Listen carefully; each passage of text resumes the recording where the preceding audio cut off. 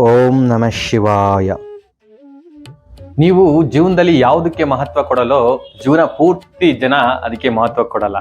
ಹಾಗೆ ಈ ವರ್ಷ ವೃಷಭ ರಾಶಿಯವರಿಗೆ 2024 ಹೇಗಿದೆ ಅನ್ನೋದನ್ನ ನೋಡೋಣ. ನಾನು ನಿಮ್ಮ ಆಧ್ಯಾತ್ಮಿಕ ಜೊತೆಗಾರ ರಮೇಶ್ ಸಣ್ಣಸ್ವಾಮಿ. ನಮಸ್ತೆ ಪ್ರಿಯ ವೀಕ್ಷಕರೇ, ಮಹಾಯೋಗಿ ಜ್ಞಾನ ತಾಣಕ್ಕೆ ತಮ್ಮೆಲ್ಲರಿಗೂ ಆತ್ಮೀಯ ಸ್ವಾಗತ. 2024 ವೃಷಭ ರಾಶಿಯವರಿಗೆ ವಿಡಿಯೋದಲ್ಲಿ ಪ್ರಾರಂಭದಲ್ಲಿ ಹೇಳ್ದಂಗೆ ಸೆಲ್ಫ್ ಐಡೆಂಟಿಟಿ ಬಗ್ಗೆ, ನಿಮ್ಮನ್ನು ಸಮಾಜದಲ್ಲಿ ಹೇಗೆ ಗುರುತಿಸಬೇಕು ಅನ್ನೋದ್ರ ಬಗ್ಗೆ ಜಾಸ್ತಿ ಈ ವರ್ಷ ನೀವು ತಲೆ ಕೆಡಿಸಿಕೊಡ್ತೀರಾ. ಯಾಕೆಂದ್ರೆ ಮೇ ಇಂದ ಗುರುವು ನಿಮಗೆ ವೃಷಭ ರಾಶಿಯಲ್ಲಿ ಸಂಚಾರ ಮಾಡ್ತಾ ಇದ್ದಾರೆ. ಲಗ್ನ ಭಾವದಲ್ಲಿ ಸಂಚಾರ ಮಾಡಬೇಕಾದ್ರೆ ತನ್ನ ಬಗ್ಗೆ ಹೆಚ್ಚಿನ ಆದ ಒಂದು ಕಾಳಜಿಯನ್ನ ತೆಗೆದುಕೊಳ್ತಾರೆ. ಸೊ ಈ ವರ್ಷ ನಿಮಗೆ ಶನಿಯು ದಶಮ ಭಾವದಲ್ಲಿ ಪೂರ್ತಿ ಸಂಚಾರ ಮಾಡ್ತಾ ಇದ್ದಾರೆ. ಯಾವುದೇ ರೀತಿಯಾದ ಸಾಡೆ ಸಾತಿ ಆಗ್ಲಿ, ಪಂಚಮ ಶನಿ ಆಗ್ಲಿ, ಅಷ್ಟಮ ಶನಿ ಆಗ್ಲಿ ಇಲ್ಲ, ಇದು ಕ್ಲಿಯರ್ ಮಾಡ್ಕೊಳ್ಳಿ. ಶನಿಯು ದಶಮ ಭಾವದಲ್ಲಿ ಸಂಚಾರ ಮಾಡಬೇಕಾದ್ರೆ ಶನಿ ಭಗವಾನ್ ಅತಿ ಹೆಚ್ಚಿನ ಜವಾಬ್ದಾರಿಗಳನ್ನ, ಕೆಲಸಗಳನ್ನ ಶನಿಯು ಕೊಡ್ತಾರೆ. ಶನಿ ಬಂದು ಡಿಸಿಪ್ಲೈನ್ ಮತ್ತೆ ಹಾರ್ಡ್ ವರ್ಕ್ನ ಇಷ್ಟಪಡ್ತಾರೆ. ಹಾಗಾಗಿ ನೀವು ಅತಿ ಹೆಚ್ಚಿನ ಎಫರ್ಟ್ ಹಾರ್ಡ್ ವರ್ಕ್ ಮಾಡಿದ್ರೆ ಖಂಡಿತ ಶನಿ ಡಿಲೇ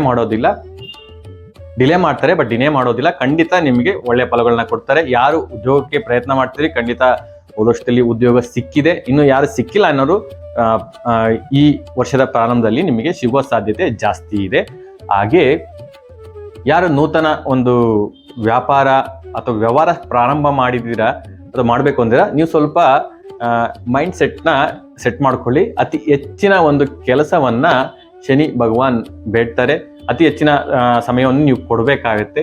ಇದನ್ನ 24 ಗಂಟೆ ಅಂದರೆ 8 ಅವರ್ ಮಾಮೂಲಿ ಉದ್ಯೋಗಕ್ಕೆ ಹೋಗೋರೆಲ್ಲ 8 ಅವರ್ ಡ್ಯೂಟಿ ಅಂತ ಮಾಡಿದ್ರೆ, ಬಿಸ್ನೆಸ್ ಮಾಡೋರು, ವ್ಯವಹಾರ ಮಾಡೋರು 24 ಅವರ್ಸ್ ಬಿಸ್ನೆಸ್ ಅಂತಲೇ ವ್ಯಾಪಾರ ಮಾಡೋರು 24 ಅವರ್ಸ್ ಟೈಮ್ನ ಕೊಡಬೇಕಾಗತ್ತೆ. ಹಾಗಾಗಿ ಅತಿ ಹೆಚ್ಚಿನ ಸಮಯವನ್ನು ನೀವು ಕೊಟ್ಟು ಡಿಸಿಪ್ಲೈನ್ ಹಾರ್ಡ್ ವರ್ಕ್ ಹಾಕಿದ್ರೆ ನಿಮ್ಮ ವ್ಯವಹಾರ ಮತ್ತು ಉದ್ಯೋಗ ಕ್ಷೇತ್ರಗಳಲ್ಲಿ ಯಶಸ್ಸನ್ನ ಗಳಿಸ್ಬೋದು.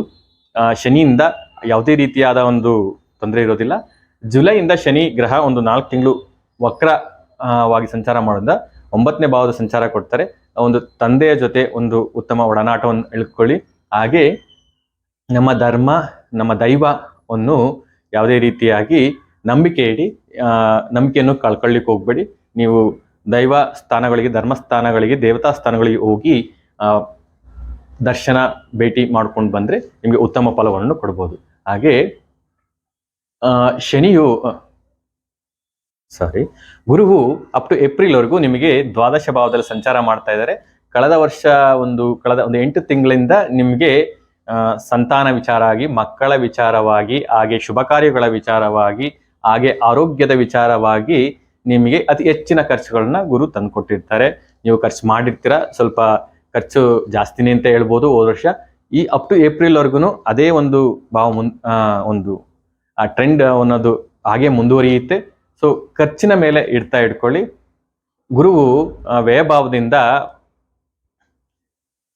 4, 6, 8ನೇ ಭಾವವನ್ನು ದೃಷ್ಟಿ ಮಾಡ್ತಾರೆ. ಗುರುವು ದೃಷ್ಟಿಸೋ ಭಾವದ ಮೇಲೆ ಹೆಚ್ಚಿನ ಪ್ರಭಾವವನ್ನು ಬೀರ್ತಾರೆ. ಹಾಗಾಗಿ ನಿಮ್ಮ ಆರೋಗ್ಯದಲ್ಲಿ ವ್ಯತ್ಯಾಸ ಆಗಿರುತ್ತೆ. ಒಂದು ಡೈಜೆಸ್ಟಿವ್ ಸಿಸ್ಟಮ್ ಅಲ್ಲಿ ಸ್ವಲ್ಪ ಇನ್ಬ್ಯಾಲೆನ್ಸ್ ಆಗಿರುತ್ತೆ. ಅದು ಏಪ್ರಿಲ್ ನಂತರ ಸರಿ ಹೋಗುತ್ತೆ. ಸ್ವಲ್ಪ ಸರಿಯಾದ ಆಹಾರ ಕ್ರಮವನ್ನು ನೀವು ರೂಢಿಸಿಕೊಳ್ಳಿ. ಹಾಗೆ ಏಪ್ರಿಲ್ ನಂತರ, ಮೇ ನಂತರ ವೃಷಭ ರಾಶಿಯ ಗುರು ಬರ್ತಾ ಇದ್ದಾರೆ. ನಾನು ವಿಡಿಯೋದಲ್ಲಿ ಪ್ರಾರಂಭ ಹೇಳ್ದಂಗೆನೆ ನೀವು ನಿಮ್ಮ ಬಗ್ಗೆ ಮಹತ್ವವನ್ನು ಜಾಸ್ತಿ ಕೊಡ್ಕೊಳ್ಳಿ. ನಿಮ್ಮ ಬಗ್ಗೆ ಕೇರ್ ತಗೊಳ್ಳಿ. ನಿಮ್ಮ ಒಂದು ಸೆಲ್ಫ್ ಇಂಪ್ರೂವ್ಮೆಂಟ್ ಬಗ್ಗೆ ಏನ್ ಮಾಡ್ಕೋಬೇಕು, ಎಜುಕೇಶನ್ ವರ್ಷ ಇರ್ಬೋದು ಅಥವಾ ಅದೇ ರೀತಿ ದೈಹಿಕವಾಗಿ ಇರ್ಬೋದು, ವ್ಯಾಯಾಮ, ಯೋಗ, ಈ ತರದ ಒಂದು ಪದ್ಧತಿಗಳನ್ನ ನೀವು ರೂಢಿ ಮಾಡಿಕೊಂಡು ನಿಮ್ಮ ಬಗ್ಗೆ ನೀವು ಜಾಸ್ತಿ ಗಮನ ಕೊಟ್ರೆ ಆಗ ಪ್ರಪಂಚನೂ ನಿಮಗೆ ಜಾಸ್ತಿ ಗಮನ ಕೊಡ್ತಾ ಬರುತ್ತೆ. ಸೊ ಪ್ರಥಮ ಭಾವದಿಂದ ಗುರುವು ಪಂಚಮವನ್ನು ದೃಷ್ಟಿ ಮಾಡ್ತಾ ಇದ್ದಾರೆ.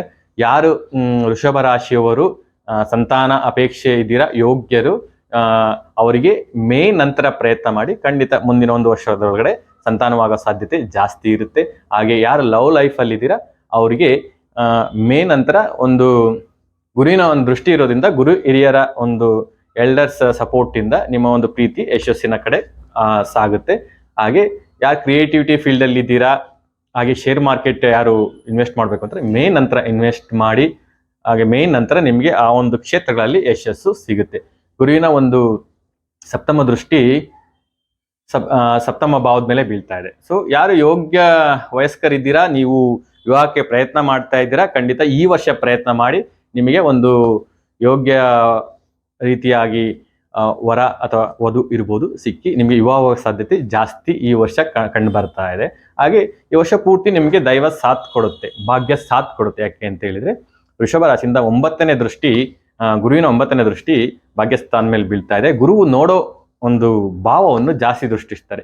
ಹೇಗೆ ಒಂದು ಗುರು ದೀಪದ ರೀತಿ, ಒಂದು ದೀಪ ಒಂದು ಮನೆಯಲ್ಲಿ ಒಂದು ವಾತಾವರಣವನ್ನು ಹೇಗೆ ಬೆಳಗಿಸುತ್ತೆ, ತನ್ನ ಹತ್ರ ಕತ್ಲಿದ್ರು ಸುತ್ತಮುತ್ತ ಎಲ್ಲ ಪ್ರಜ್ವಲಿಸುತ್ತೋ, ಬೆಳಕನ್ನ ಪ್ರಜ್ವಲಿಸುತ್ತೋ, ಆ ರೀತಿಯಾಗಿ ಗುರು ನೋಡೋ ಒಂದು ಭಾವಗಳು, ಸ್ಥಾನಗಳನ್ನ ವೃದ್ಧಿ ಮಾಡ್ತಾರೆ. ಹಾಗಾಗಿ ನೀವು ಭಾಗ್ಯಸ್ಥಾನವನ್ನು ವೃದ್ಧಿ ಮಾಡ್ತಾರೆ ಅಂದ್ರೆ ನಿಮ್ಮ ಎಲ್ಲ ಕೆಲಸ ಕಾರ್ಯಗಳಲ್ಲಿ ಗುರುವಿನ ಒಂದು ಸಾಥ್ ಸಿಗುತ್ತೆ, ದೈವ ಬಲ ಇರುತ್ತೆ, ಹಾಗೆ ತಂದೆಯ ಸಹಕಾರ ಇರುತ್ತೆ.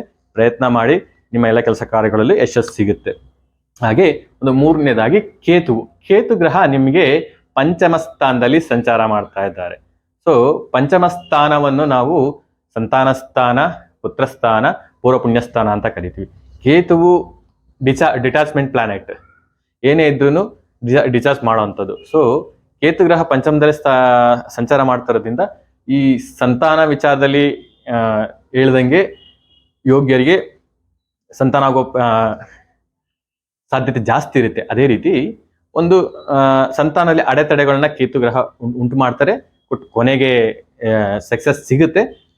ಸೊ ಕೇತುವು ಪಂಚಮ ಭಾವದಲ್ಲಿ ಸಂಚಾರ ಮಾಡ್ತಾ ಇರ್ಬೇಕಾದ್ರೆ ಆದಷ್ಟು ಸಂತಾನ ವಿಚಾರದಲ್ಲಿ ಈ ಒಂದು ಶಸ್ತ್ರಚಿಕಿತ್ಸೆ ಆಗೋ ಸಾಧ್ಯತೆ ಜಾಸ್ತಿ ಇರುತ್ತೆ. ಹಾಗೆ ಈ ಕ್ರಿಯೇಟಿವಿಟಿ ಫೀಲ್ಡಲ್ಲಿ ಇದ್ದಾಗ ಕೆಲವೊಮ್ಮೆ ಮೈಂಡ್ ಡಿಸ್ಟರ್ಬ್ ಆಗುತ್ತೆ. ಏನು ಮಾಡಿದ್ರು ಇಷ್ಟೇ ಅನ್ನೋದು ಒಂದು ಭಾವ ನಿಮ್ಮಲ್ಲಿ ಬರುತ್ತೆ. ಅದನ್ನ ನೀವು ತಂದ್ಕೋಬೇಡಿ, ಒಂದು ವಿಲ್ ಪವರ್ ಇಂದ ಮುಂದುವರಿರಿ, ಒಳ್ಳೆ ಯಶಸ್ಸನ್ನು ಪಡಿಬೋದು. ಹಾಗೆ ಶೇರ್ ಮಾರ್ಕೆಟ್ ವ್ಯವಹಾರದಲ್ಲಿ ಕ್ಯಾಲ್ಕುಲೇಟರ್ ರಿಸ್ಕ್ ತಗೊಂಡು ನೀವು ಇನ್ವೆಸ್ಟ್ ಮಾಡಿ, ನಿಮಗೆ ಖಂಡಿತ ಲಾಭ ಬರುತ್ತೆ. ಇನ್ನು ರಾಹು ನಿಮಗೆ ವರ್ಷ ಪೂರ್ತಿ ಅತಿ ಹೆಚ್ಚಿನ ಶುಭ ಫಲಗಳನ್ನ ಕೊಡುವಂತ ಗ್ರಹ ಅಂದ್ರೆ ರಾಹು ಗ್ರಹ. ಲಾಭ ಭಾವಸ್ಥಾನದಲ್ಲಿ ರಾಹು ಸಂಚಾರ ಮಾಡ್ತಾರೆ. 3, 6, 11ರಲ್ಲಿ ರಾಹು ಕೇತುಗಳು ಅತ್ಯಂತ ಹೆಚ್ಚಿನ ಶುಭ ಫಲಗಳನ್ನು ಕೊಡ್ತಾರೆ. ರಾಹು ಅಟ್ಯಾಚ್ಮೆಂಟ್ ಪ್ಲಾನೆಟ್, ಏನೇ ಕೊಟ್ಟರು ಜಾಸ್ತಿ ಕೊಡುವಂತ ಗ್ರಹ. ಹಾಗಾಗಿ ಲಾಭ ಸ್ಥಾನದಲ್ಲಿ ಇರೋದ್ರಿಂದ ಮಲ್ಟಿಪಲ್ ಸೋರ್ಸಸ್ ಆಫ್ ಇನ್ಕಮ್ ನಿಮಗೆ ಜನರೇಟ್ ಆಗುತ್ತೆ. ಸೊ ಲಾಸ್ಟ್ ಒಂದು 2 ತಿಂಗಳಿಂದ ನಿಮಗೆ ಅನುಭವಕ್ಕೆ ಬಂದಿರಬೇಕು. ನವೆಂಬರ್ ಇಂದ ಈ ವರ್ಷ ಪೂರ್ತಿ ಲಾಭಸ್ಥಾನದಲ್ಲಿ ರಾಹು ಇರೋದ್ರಿಂದ, ರಾಹುವು ಮೀನ ರಾಶಿಯಲ್ಲಿ ಗುರುವಿನ ಮನೆಯಲ್ಲಿದ್ದಾರೆ, ಗುರು ರೀತಿ ಆಕ್ಟ್ ಮಾಡ್ತಾರೆ. ಹಾಗಾಗಿ ಯಾರು ಒಂದು ಫುಡ್ ಇಂಡಸ್ಟ್ರಿಯಲ್ಲಿ ಇದ್ದೀರಾ ಅಥವಾ ಎಜುಕೇಶನ್ ಫೀಲ್ಡ್ ಅಲ್ಲಿ ಇದ್ದೀರಾ, ಹಾಗೆ ಒಂದು ಫೈನಾನ್ಸ್ ಕ್ಷೇತ್ರ, ಬ್ಯಾಂಕಿಂಗ್ ಕ್ಷೇತ್ರಗಳಿದ್ರೆ ಖಂಡಿತ ನಿಮ್ಮೆಲ್ಲರಿಗೂ ಒಂದು ಅತಿ ಹೆಚ್ಚಿನ ಅನ್ಎಕ್ಸ್ಪೆಕ್ಟೆಡ್ ಲಾಭಗಳನ್ನ ನೀವು ಕಾಣ್ತೀರಾ. ಇದು ಗ್ಯಾರಂಟಿ ರಾಹು ನಿಮ್ಗೆ ಕೊಡ್ತಾರೆ. ಹಾಗೆ ಹಿರಿಯ ಸಹೋದರ ಅಥವಾ ಸಹೋದರಿ, ಆ ಸಹೋದರ ಸಮಾನರು ಯಾರು ಇರ್ತೀರಾ ಅವರಿಂದ ಅತಿ ಹೆಚ್ಚಿನ ಲಾಭಗಳನ್ನ ನೀವು ಎಕ್ಸ್ಪೆಕ್ಟ್ ಮಾಡ್ಬೋದು. ಹಾಗೆ ನೆಟ್ವರ್ಕ್ ಸರ್ಕಲ್ಲು, ಫ್ರೆಂಡ್ ಸರ್ಕಲ್ಲು, ಆ ಸೋಷಿಯಲ್ ಸರ್ಕಲ್ ಏನಿದೆ ಇದು ಜಾಸ್ತಿ ಕನೆಕ್ಟಿವಿಟಿ ನೀವು ಇಟ್ಕೊಳ್ಳಿ. ವೃಷಭ ರಾಶಿಯವರು ನೀವು ಇಟ್ಕೊಳ್ಳೋದ್ರಿಂದ ಆ ಎಲ್ಲ ಒಂದು ಸರ್ಕಲ್ನಿಂದ ನಿಮ್ಮ ಒಂದು ವ್ಯಾಪಾರ ವ್ಯವಹಾರಕ್ಕೆ, ಕಾರ್ಯಕ್ಷೇತ್ರಕ್ಕೆ ನಿಮಗೆ ಅನುಕೂಲ ಆಗುತ್ತೆ. ಅದರಿಂದ ನೀವು ಧನಲಾಭವನ್ನ ಗಳಿಸ್ಬೋದು.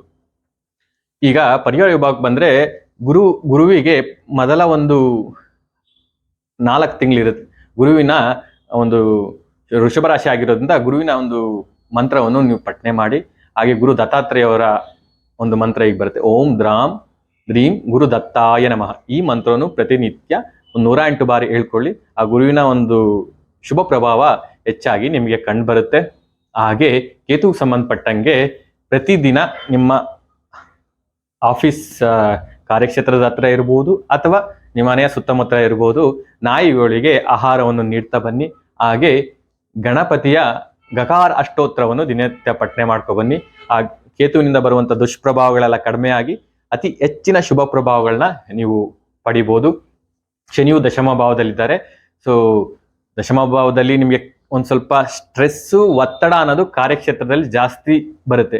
ಯಾಕೆ ಅಂತ ಹೇಳಿದ್ರೆ ಎಲ್ಲ ನಾನೇ ಮಾಡ್ಬೇಕಲ್ಲ, ಎಲ್ಲ ಕೆಲಸಗಳು ನನಗೆ ಕೊಡ್ತಾರಲ್ಲ, ಎಷ್ಟು ಮಾಡಿದ್ರು ಮುಗಿತಾ ಇಲ್ವನ್ನೋ ಒಂದು ಭಾವನೆ ವೃಷಭ ರಾಶಿಯವರಿಗೆ ಬರುತ್ತೆ. ನಿದ್ದೆ ಮಾಡ್ಲಿಕ್ಕೂ ಅವಕಾಶ ಸಿಗಲ್ಲ. ಆ ತರ ಒಂದು ಸಮಯವನ್ನು ನೀವು ಫೇಸ್ ಮಾಡ್ತಾ ಇರ್ತೀರ. ಶನಿ ಕೊಟ್ರೆ ಹಾಗೇನೆ, ಫಸ್ಟ್ ಎಲ್ಲ ಕೊಟ್ಟು ಟೆಸ್ಟ್ ಮಾಡಿ, ಪರೀಕ್ಷೆ ಮಾಡಿ ನಂತರ ಫಲವನ್ನು ಕೊಡ್ತಾರೆ. ಶನಿ ಕೊಟ್ರೆ ಅದು ಕೊನೆಯವರೆಗೂ ಫಲ ಇರುತ್ತೆ ಅನ್ನೋ ಭಾವ ಇದೆ, ಅನ್ನೋ ಮಾತಿದೆ. ಹಾಗಾಗಿ ನೀವು ಸ್ವಲ್ಪ ಹಾರ್ಡ್ ವರ್ಕ್ ಡಿಸಿಪ್ಲಿನ್ ಇಂದ ಮಾಡಿ, ಅಂತ ಅತಿ ಹೆಚ್ಚಿನ ಒತ್ತಡಗಳೇನು ಸೃಷ್ಟಿಯಾಗೋದಿಲ್ಲ. ಸೊ ನಿಮ್ಗೆ ಒಳ್ಳೆಯ ಫಲಗಳನ್ನ ಶನಿಯು ಕೊಡ್ತಾರೆ. ಪ್ರತಿನಿತ್ಯ ಹನುಮಾನ್ ಚಾಲೀಸ್ ಪಠನೆ ಮಾಡಿ, ಹಾಗೆ ಪ್ರತಿ ಶನಿವಾರ ಆಂಜನೇಯನ ದೇವಸ್ಥಾನವನ್ನು ನೀವು ದರ್ಶನ ಮಾಡ್ತಾ ಬನ್ನಿ. ನಿಮಗೆ ಹೆಚ್ಚಿನ ಶುಭ ಫಲಗಳನ್ನ ಪಡಿಬಹುದು. I wish you all the best ವೃಷಭ ರಾಶಿಯವರಿಗೆ. ಈ ವಿಡಿಯೋ ಇಷ್ಟ ಆಗಿದ್ರೆ ಲೈಕ್ ಮಾಡಿ, ಶೇರ್ ಮಾಡಿ, ಕಮೆಂಟ್ ಮಾಡಿ, ಹಾಗೂ ನಮ್ಮ ಚಾನಲ್ ಅನ್ನು ಸಬ್ಸ್ಕ್ರೈಬ್ ಮಾಡ್ಕೊಳ್ಳಿ. ಧನ್ಯವಾದಗಳು. ಸಾಯಿರಾಮ್.